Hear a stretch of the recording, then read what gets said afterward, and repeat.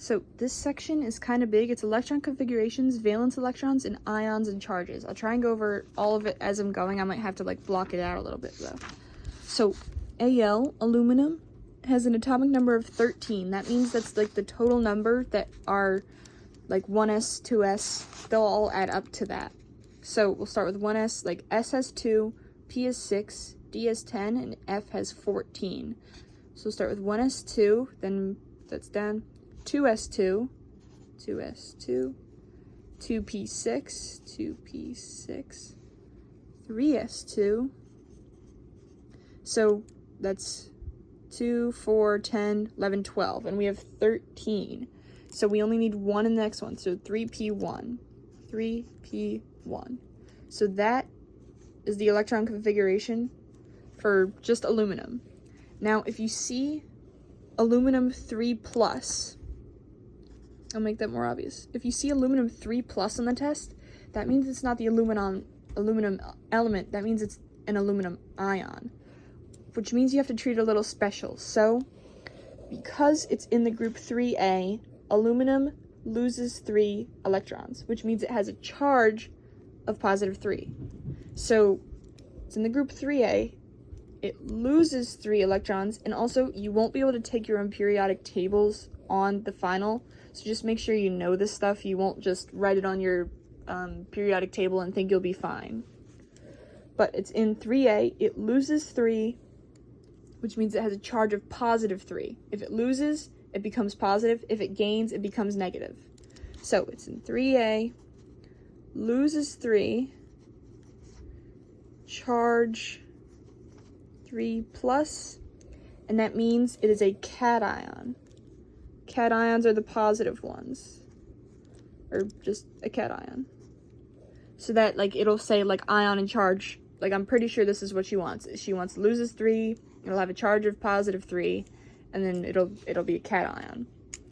So, because we know all that information, even though it has a charge of +3, we take away 3 from the original one. So when you do an ion, you have to do the original and then take 3 away. So, loses 3. I always write that below just so that I know. Loses 3. So we've got 1, 2, 3. And it should always end in a positive, not a positive, it should always end in a whole, like, a whole one. So if this was 1s2, 2s2, or 2p5, you know you did something wrong. Or if you tried to add 3, I'll rewrite this, so it was 3s, 3p, 3s2, 3p1, and you tried to add 3, it would be 3s2, 3p4. That means you did something wrong. This has to be either 0, which means it's not there, or it has to be 6. If it's just 4, you can't have that. You did something wrong. Anytime you have an ion, only an ion where it has like this little number up there, you did something wrong if it's not complete. So the entire ion one would be 1s2, 2s2, 2p6. That's it. Or 13 minus 3 is 10. 6, 7, 8, 9, 10.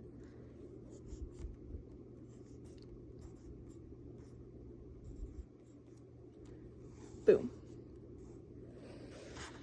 And I'll do just one more. I don't think she'd ask you for like a compound. I don't think you can do an electron configuration for a compound. So just know this stuff for the ions and electron configurations. So chlorine.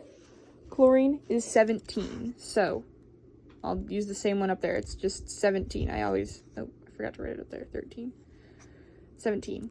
So we go 1s2, 2s2, 2p6, 3s2, 3p6, wait, hold on. Oh my gosh. 6, 7, 8, 9, 10, 11, 12. So 12, we have to do 5. So it would be 3p5 instead of 6. So that's it for chlorine. If you have Cl1-, which is a chlorine ion instead of just chlorine, you have to take a look at the chart. So, is it in 1A, 2A, 3A, 4A, 5A, 6A, 7A? 7A It's in 7A. So, 7A. I don't think you'll have to write the representative group on there, but it's just good to know. So, it's in 7A. That means, so this loses 1, loses 2, loses 3. Skip that. This doesn't really do anything. Loses 3, gains 3, gains 2, gains 1. So, gains 1. Chlorine gains 1. I should not write that right there, but whatever. Gains 1. So the charge becomes -1 because you're giving it something negative. Because it's gaining an electron, which is negative, it becomes a negative charge. So that's why it's -1. So it's -1 charge. And it becomes an anion. Because that's the -1. It'll either be, if it asks like what type of ion is it, it's going to be a cation or an anion. Cation's the positive one, anion's the -1. So, now we have to do the electron diagram. Or, not diagram. Electron configuration. This is the stuff for the ions and charges and valence electrons. Like, one of the questions, I know a couple of tests we did this, it might be like, how many valence electrons does chlorine have? It'll have 7 because it's in 7A. That's why I was writing the groups. If chlorine has 7 valence electrons because it's in group 7A. Aluminum has 3 valence electrons because it's in group 3A. It's just whatever the first number of it is. And you can just easily count it. So this is 1, 2, skip the entire middle, 3, 4, 5, 6, 7, 8.